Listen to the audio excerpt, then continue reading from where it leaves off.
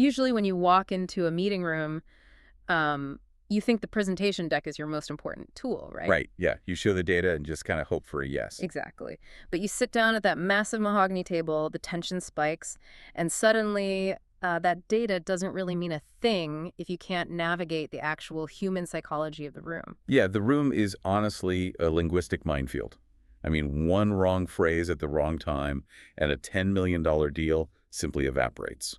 Welcome to today's deep dive. Today, we are looking at a really fascinating set of notes, the TD0058 Technical Discussions presentation. And our mission for you is pretty clear today. We're extracting the strategic methodology of a 40-year corporate veteran to, really master the high-stakes psychology of business negotiations. Okay, let's unpack this. So every deal starts with that honeymoon phase, that desperate scramble to establish foundational trust before the inevitable disagreements start popping up. Yeah, and the notes highlight this concept of seeing eye to eye. Now, we aren't talking about agreeing on every single detail here. Right. It's more like a strategic anchor. Exactly.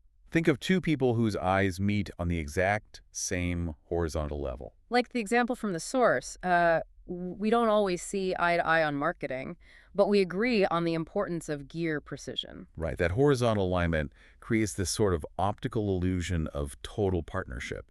You are consciously locking in a shared vision. It's like two engineers looking through the exact same microscope, which builds a crucial psychological safety net, right? Totally.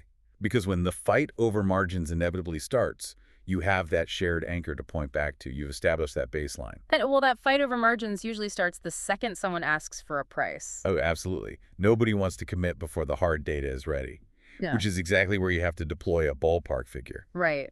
The classic use case is estimating costs. So saying something like, I can't give you the exact manufacturing cost yet, but a ballpark figure would be around $2,000 per unit. Yeah, you're basically drawing a boundary, a baseball landing safely inside this stadium. But wait, isn't throwing out a rough number early in a negotiation incredibly risky? Like, if you say $2,000 and it ends up being $3,000, haven't you just completely torched your credibility? You would think so, but no, not if you frame it correctly. Yeah. The ballpark figure actually safely anchors the client's expectations early on. Oh, so it's a defensive maneuver. Exactly. It creates a psychological ceiling and floor, so that when the real numbers finally arrive, the shock factor is completely neutralized. You are protecting your margins down the line. Wow. Okay. So you've anchored the price, but let's say negotiations drag. The clock is ticking, and at some point, you just have to force a decision. And that brings up the strategy of cutting to the chase. Right. The notes give a scenario. We only have 10 minutes left, so let's cut to the chase. Is the design finalized? It's skipping the boring movie dialogue to jump straight into the car chase. Time is a finite resource, right? And at the executive level, time constraints completely dictate strategy.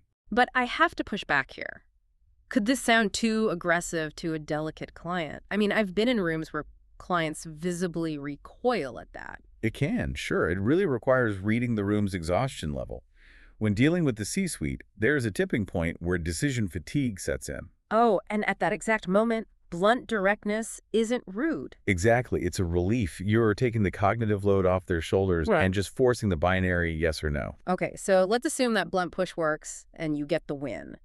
But sometimes you get the win and an unexpected bonus. Right. The icing on the cake. Yeah, the strategic imagery there is great, like adding sweet frosting to an already perfectly baked cake. The source material gives the example, winning the Innovation Award was great, but securing the Amazon contract was the icing on the cake. Notice the psychological momentum there. It's just a brilliant framing tactic. It frames unexpected bonuses as pure added value. Which instantly elevates team morale, right? Yeah, and it creates an insulating layer. If that Amazon contract falls through later, the core deal still feels like a massive success. You haven't lost the cake. You just lost the icing. That makes a lot of sense. But we do have to address the worst-case scenario. What happens when the finalized plan completely fails? That tech just doesn't work, right? Exactly. The notes provide a really stark example. The test results show that our hypothesis was wrong, so it's back to square one for the cooling system. Right, drawing the penalty card and returning to the starting tile of the board game. If we connect this to the bigger picture, This phrase might honestly be the most powerful tool in the deck. because it completely removes personal blame. Exactly. It frames a massive setback as a necessary systemic reset. It's just the rules of the board game, right? Not an individual engineer's personal failure. Yeah, you're controlling the narrative landscape of the room. You diffuse panic and instantly pivot the team's energy back toward problem solving rather than, finger pointing. So, mastering this vocabulary doesn't just make you sound fluent, it actually shapes the entire psychology of the room. Definitely. You're building trust, anchoring expectations, managing executive fatigue, insulating your victories, and diffusing catastrophic failures.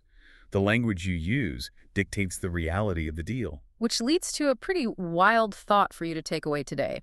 If our standard business language relies so heavily on games, sports, and movies, what does that reveal about how we subconsciously view the corporate world? That is a genuinely great question. Are we all just actors playing a high-stakes game? Something for you to think about the next time you step into that murky negotiation room.